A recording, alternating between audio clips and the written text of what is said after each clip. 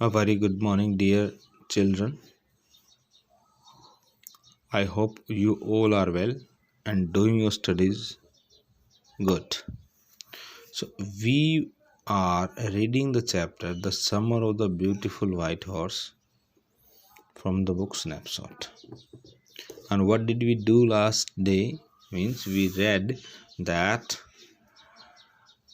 Aram and Murad they enjoyed horse riding, okay, and Murad showed his superiority to the boy Aram by showing that I have a way with horse and it's not your time to understand, you are still a little boy, like that. And this happened with this one, and of course in this conversation Aram wanted to know that what sort of understanding Murad has with the horse. Okay, then Murad said, you are still a small boy. When you will get 13, when you will become 13 years old, you will get to know. Okay, so we start. This was the last line where we stopped. I went home and ate a hearty breakfast. Means Aram went to his home and had a breakfast. Then that afternoon, my uncle Khusro came to our house for coffee and cigarette. That afternoon, okay, Aram observed that Uncle Khusro was at their home for coffee and cigarette. He sat in the parlor, sipping and smoking and remembering the old country. Old country means old village. Then another visitor arrived. He was in the parlor. A farmer named John Byro. So Uncle Khusro was sitting in the parlor, and this John Byro, a farmer, came to him.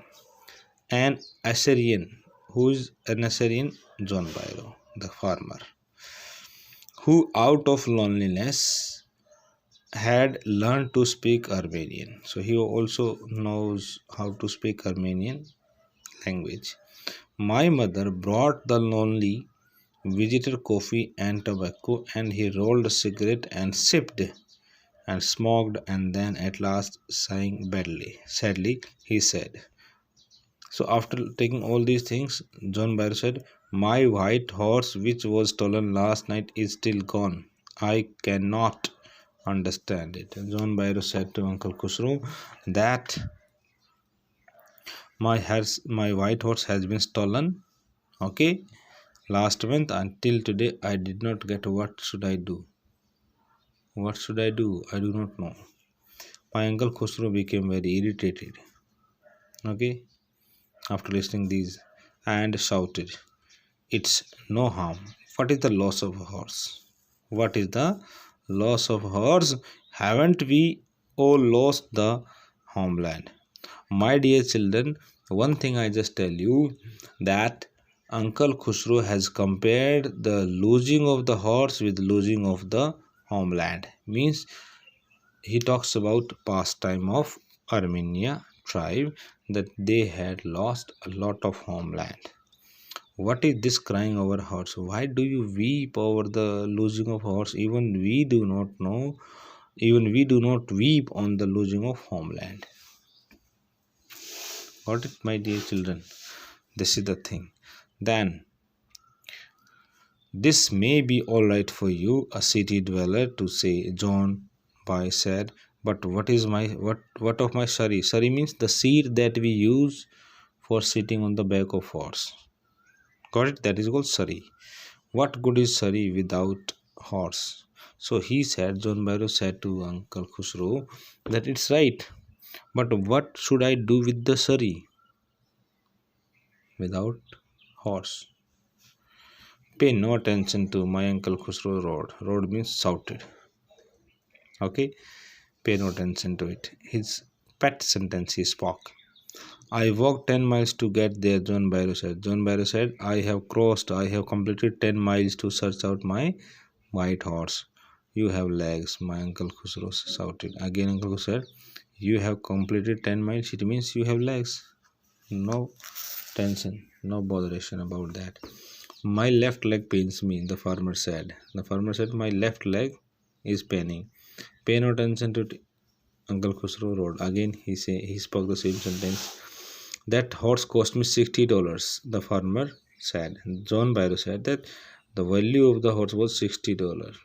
Then see what would be the result of that sentence. I spit on money, my Uncle Khusro said. Uncle Khusro said, I spit on money. $60 doesn't matter for Uncle Khusro. I spit on money. He got up and stalked out of the house, slamming the screen door. He stood up, means John Byre stood up, because he did not want to get such sentences, such response from a person. My mother explained. Then his mother explained each and everything to Uncle Khusro. He has a gentle heart, she said. It is simply that he is homesick and such a large man. Okay, the farmer went away and ran over to my cousin Murad's house. Now, after enjoying coffee and cigarette, John Byro left Aram's house and went to Murad's house. He was sitting under a tree. Who was sitting? Murad was sitting under a tree, peace tree, trying to repair the heart wing of a young robin bird. And he was repairing the wing of a robin bird which could not fly. He was talking to the bird. Means Murad was talking to the bird. So once again, it is said, it is correctly said that Murad has different kind of mindset to understand animal, people, okay, and birds. Even though it is not written in this chapter right now that I have a way with bird, okay, so we can just indirectly can understand it, can assume it. What is it? He said. The farmer, John Byro. I said. Aram said, John Byro, he visited our house. He came to our house. He wants his horse. He is searching for his horse. You have had it a month because last month you stole it. I want you to promise not to take it back until I learn to ride. Now Ram said to Murad that you should promise to me that you will not return this horse till the time I learn how to ride a horse. Because if I talk about the difference between Murad and Aram, Murad is more talented, you can say more wise, okay, in comparison to Aram. So Anam wanted to learn the horse riding, and before that he does not want to give this horse back to the farmer John Byro. It will take you a year to learn the ride, my cousin Murad said. Murad said, you will take a year, a complete year to learn horse riding. We could keep the horse a year, I said. Aram said, we can keep this horse for 1 year. My cousin Murad leaped to his feet. What? He roared. Are you inviting a member of the Garagulian family to steal? Then Murad put a question before Aram. Do you think that the member of Garagulian family would be a thief? The horse must go back to its true owner. Murad spoke this one. When? In 6 months at least, he said. At least 6 months. 1 month they have spent. He threw the bird into the air. The bird tried hard, almost fell twice, but at last flew away high and straight. So lastly, the bird, robin bird, tried a lot and started flying in the sky. Early every morning, for 2 weeks, my cousin Murad and I took the horse out of the barn of the deserted vineyard where we were hiding it and rode it. And every morning, the horse, when it was my turn to ride alone, leaped over grapevine and small trees and threw me and ran away. This is the daily routine of that one. Every morning, for 2 weeks continuously, they take the horse out of the vineyard, go down or a hiding place, They enjoy the horse riding, but every time it was or it is Aram who was being thrown on the ground by the horse, and the horse ran away. It happened daily to Aram. Nevertheless, I hopped I hopped in time to learn to ride the way my cousin Murad rode. So gradually, Aram followed or Aram learned the tricks of Murad in riding the white horse. One morning, on the way to Fatavision deserted vineyard, we ran into the farmer John Byro who was on his way to town. So one morning, when they were on the way to hide the horse on Fatavision farmhouse on the way, unfortunately they met John Byro. Okay, so now here again we will see that how the boy Murad is more intelligent than Aram. Just see. Let me do the talking. My cousin Murad said, I have a way with the farmers. So here again, last time he spoke, I have a way with horse, and this time he spoke, I have a way with the farmer. Let me talk to the person like John Byro. Good morning, John Byro. My cousin Murad said to the farmer. The farmer studied the horse eagerly. Okay, after which part, the farmer John Byro studied, observed the white horse properly. Good morning, son of my friends. John Byron knows that very well that these two boys they belong to Garoglenian family. He said, what is the name of your horse? John Byron asked a question to Murad, and Murad replied, my heart. See, last time what did he name to that particular horse? The name of the horse was Wazir. But this time, my heart. My cousin Murad said in Armenian. He spoke this word in Armenian language. A lovely name, John Byro said, for a lovely horse. I could swear it is the horse that was stolen from me many weeks ago. John Byro understood it very well that this is the real horse which was stolen from him many weeks ago. May I look into his mouth? My dear children, this is the way to identify a horse by counting the number of teeth it has. So he asked to the boy Murad, may I look into his mouth? Means, can he count the teeth of the horse? Of course, Murad said. The farmer looked into the mouth of the horse. He counted the number of teeth, tooth for tooth, means the same number he was having. Means to say, it was sure after counting the number that this horse belongs to John Byro. He said, I would swear it is my horse if I didn't know your parents. The fame of your family for honesty is well known to me. He spoke these words. John Byro said that your honesty knows everybody. Okay. Yet the horse is the twin of my horse.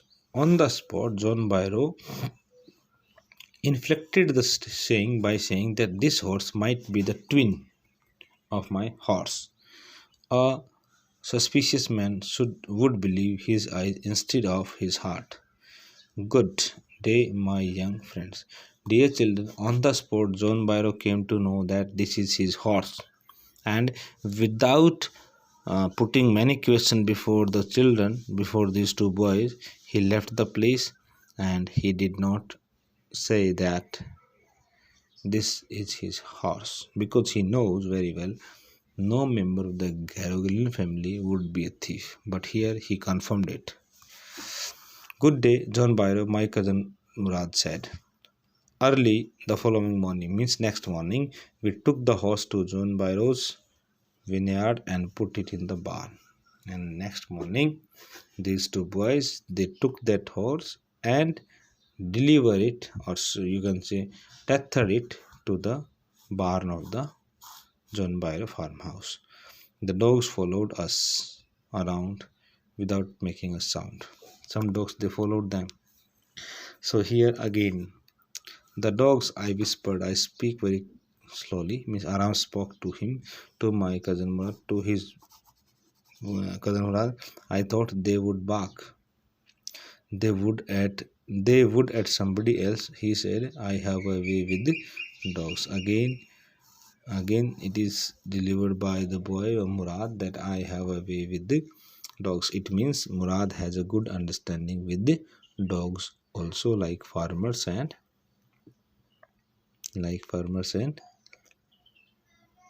horses.